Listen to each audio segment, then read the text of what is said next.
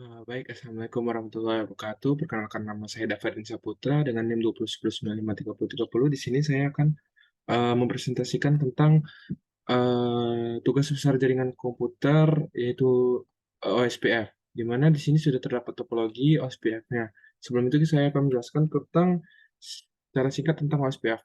OSPF atau Open Shortest Path First adalah sebuah protokol routing otomatis atau dynamic routing yang mampu menjaga, mengatur, dan mendistribusikan informasi routing antar network mengikuti setiap perubahan jaringan secara dinamis. Pada OSPF dikenal sebuah istilah autonomous system atau AS, yaitu sebuah gabungan dari beberapa jaringan yang sifatnya routing dan memiliki kesamaan metode serta polisi pengaturan network yang semuanya dapat dikendalikan oleh network administrator.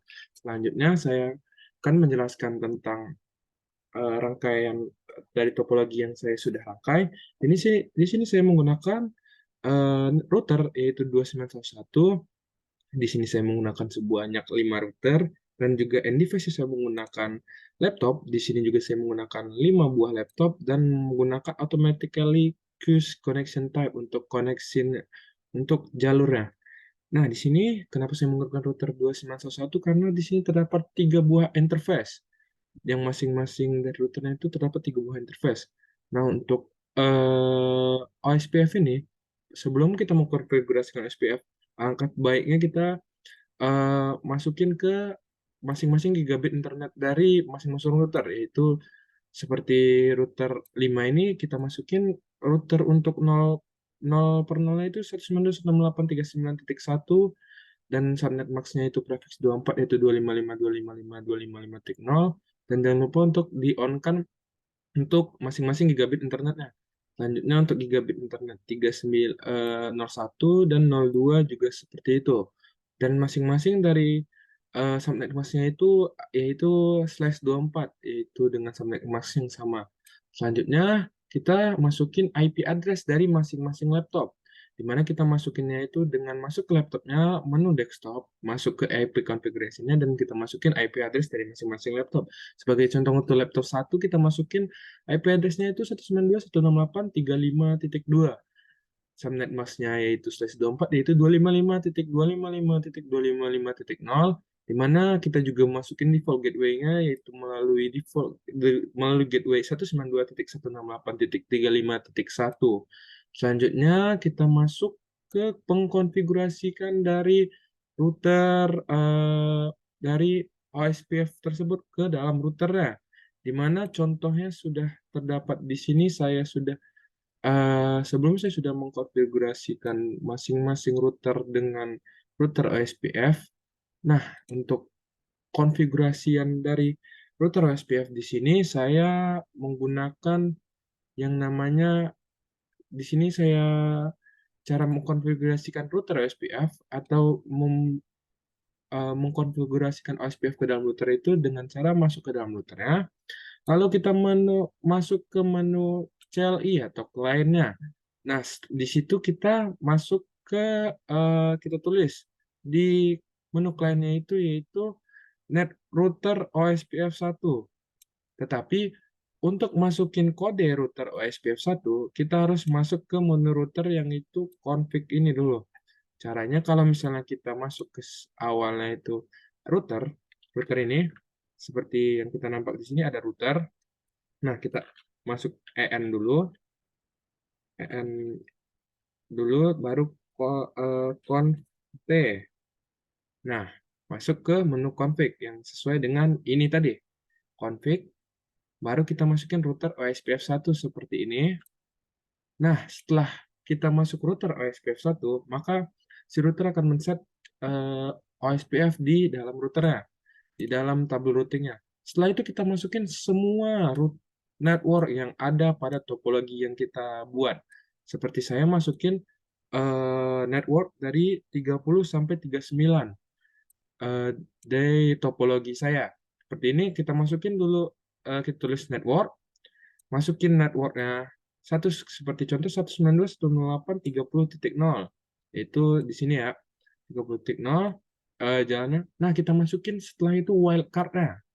Wildcard ini apa? Wildcard ini adalah kebalikan dari subnet mask yang kita gunakan. Seperti kita gunakannya itu subnet mask slash 24. Nah, subnet mask slash 24 itu kan 255.255.255.0. Nah, di wildcard-nya itu kebalikannya, di mana 255 itu menjadi 0 dan 0 itu menjadi 255. Setelah itu, setelah kita masukin wildcard-nya, masuk ke areanya. Kita di sini menggunakan area 0, di mana dia adalah satu autonomous system yang sama. Untuk topologi ini. Selanjutnya kita masuk ke selanjutnya kita tulis semua network dengan yang seperti contoh pertama tadi yang network 30 kita masukin semuanya seperti 31, 32, 33, 34 dan 35, 36, 3 dan sampai seterusnya sama juga dengan untuk area masing-masingnya, area 0 dan juga wildcard-nya juga karena slash 24 semua kita masukin sama semua. Untuk itu setelah kita masukin semua networknya, jangan lupa untuk di-exit kembali untuk dari router tersebut supaya kita bisa melakukan komen selanjutnya untuk presentasi ini. Untuk ini saya exit terlebih dahulu. Oke. Setelah kita masukin untuk network semuanya, lalu kita akan setelah kita masukin untuk satu router itu baru kita masukin ke semua router yang ada kita gunakan pada topologi kita. Setelah kita masukin semua OSPF ke dalam semua router yang kita lakukan, maka kita akan mencoba tes ping dari masing-masing laptop. Seperti kita gunakan laptop 3 untuk tes ping dari laptop 3 kita menggunakan menu desktop dan masuk ke command prompt-nya. Masuk ke command prompt kita tulis ping. Soalnya kita akan nge-ping dari laptop 0 yaitu masukin IP address 192.168 39.2. Kita enter. Sudah sukses atau tidak? Ternyata sukses ya. Tidak ada pesan yang lost untuk dari testing laptop 3 ke laptop 0. Kita lanjut ke testing dari laptop 1 dengan masukin IP address-nya 35.2 ya. Kita enter kembali. Kita tunggu, kita lihat apakah sudah berhasil atau tidak. Ternyata request timeout untuk yang pertama pesannya. Kita coba sekali lagi. Oke, sudah bisa ya untuk pengiriman untuk testing ke laptop 3 ke laptop 1. Selanjutnya kita masuk ke laptop 2. Testing laptop 2 itu 192.168.36.2 ya. Kita testing lagi, kita lihat apakah sudah masuk, apakah sudah berhasil semua. Masih request timeout untuk yang pesan pertama ya. Kita coba lagi, apakah sudah berhasil semua. Oke, sudah berhasil semua, tidak ada loss ya. Terkirim 4, diterima 4, loss tidak ada atau tidak ada pesan yang terkirim. Kita lanjut ke laptop 3 ke laptop 4. Di mana laptop 4 itu IP-nya 37.2. Kita enter.